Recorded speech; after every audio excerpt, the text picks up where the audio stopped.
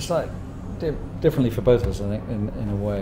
It was something that Melanie Stokes from Kindle actually first came up with the idea of doing a new Treasure Island, but giving it a very muscular look and approach and feel, just kind of giving it, putting it on a different level to other renditions of the Treasure Island, because it's been done over the years, but it's generally quite tame and family and sweet. And we were just going to rough it up, go back to the origins in a lot of ways, but make it accessible for a contemporary audience.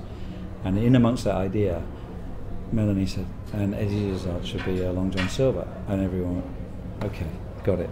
We wanted to do stuff that was kind of more Goodfellas, more like what Tim Burton did with the Batman, taking it from this kind of camp thing into an edgy beast. And I said, I will only do it. They came to me and said, do you want to do this?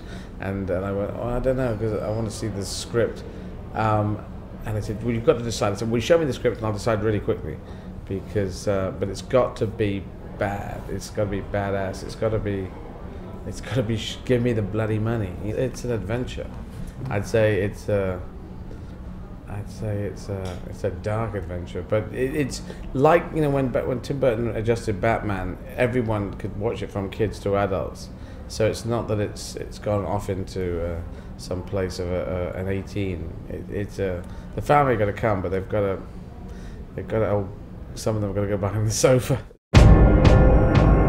The treasure you're stealing, Captain, ain't yours to steal. John Silver, sir. I think I could crew your ship by the weekend. We sail first thing in the morning. Hoist the mainsail, Mr. Arrow. Hoist the mainsail! What exactly is this venture, Mr. Hawkins? You'll make a fine gentleman, Jim Hawkins. This is where I've been trying to get to since I was 7, and I'm now 12. And yeah, it's good. It's what I like to do, and I feel the work that I'm doing is getting better. I'm letting go more. I know where the center of me is in this. I tend to start slow. I have the fine wine approach to all my creative endeavors. I kind of start kind of a little bit bumpy, and then I get my feet under the table and start knowing where I'm going. So it's great to do this, and it was such a, you know, our budget was constricted, and we had 10 weeks of shooting, but you could really immerse yourself in it, and there were a lot of us there doing it in Dublin and Puerto Rico, and it was the coldest of Dublins, and it was the hottest Puerto Rico, so the difference was insane. We wanted this punk element in the look. If you were a villain back then in the 1700s, you could be a villain at home and you get hung and all that, and what a rough life that is. But if you're a villain at sea, the weather gets better, and you would hear those stories come back. You could get yourself a boat and then hang out somewhere where they got to find you in the ocean. It would seem kind of marvelous. If I was a villain back then, I just think I might have taken that option rather than the stay-at-home villainy option when I was going to my careers advisor for villainy. The character of Long John is a great iconic one to play.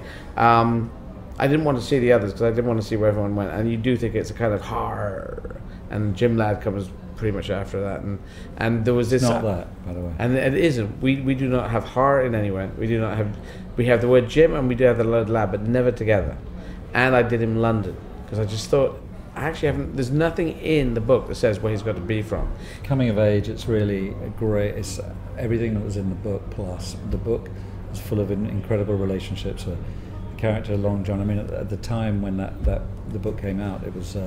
The critics said you can't have a character who's grey.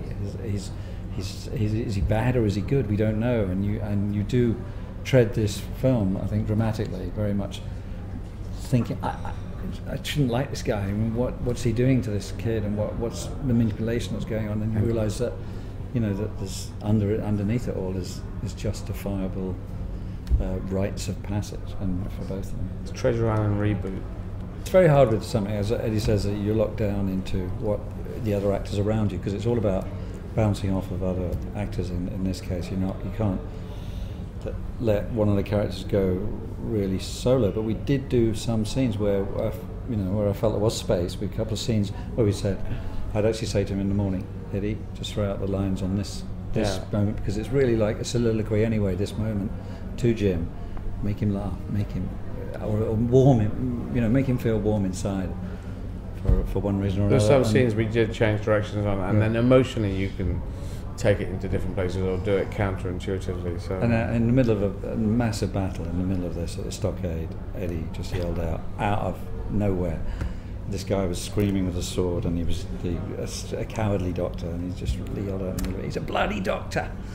And the crew, we just fell apart. It's in the film. It's in the film. I don't know when it popped into your head, but it was a classic. It's because the doctor, who's a weed, Danny May's playing him, a rather cowardly character, and he suddenly finds the centre of his courage and comes out, what the fuck, he's a bloody doctor! So there are those Which is the logical thing that you would shout when a doctor starts terrorising them. Jesus, just kill him! God damn it. But they wouldn't kill him. Robert Hamney International, RHI International, is one of the producers on this, and I believe oversees distribution along with Alan Maloney, and Sky in the UK is the other partner in that, and they all put a lot into this to get it where it is. Yeah, I've worked with RHI before on a number of miniseries, and they're the king of the big high event adventure mega series. Yeah, Christmas in the UK, and 2012 I believe on Sci-Fi in America, and yeah, those are the dates that we have at the moment.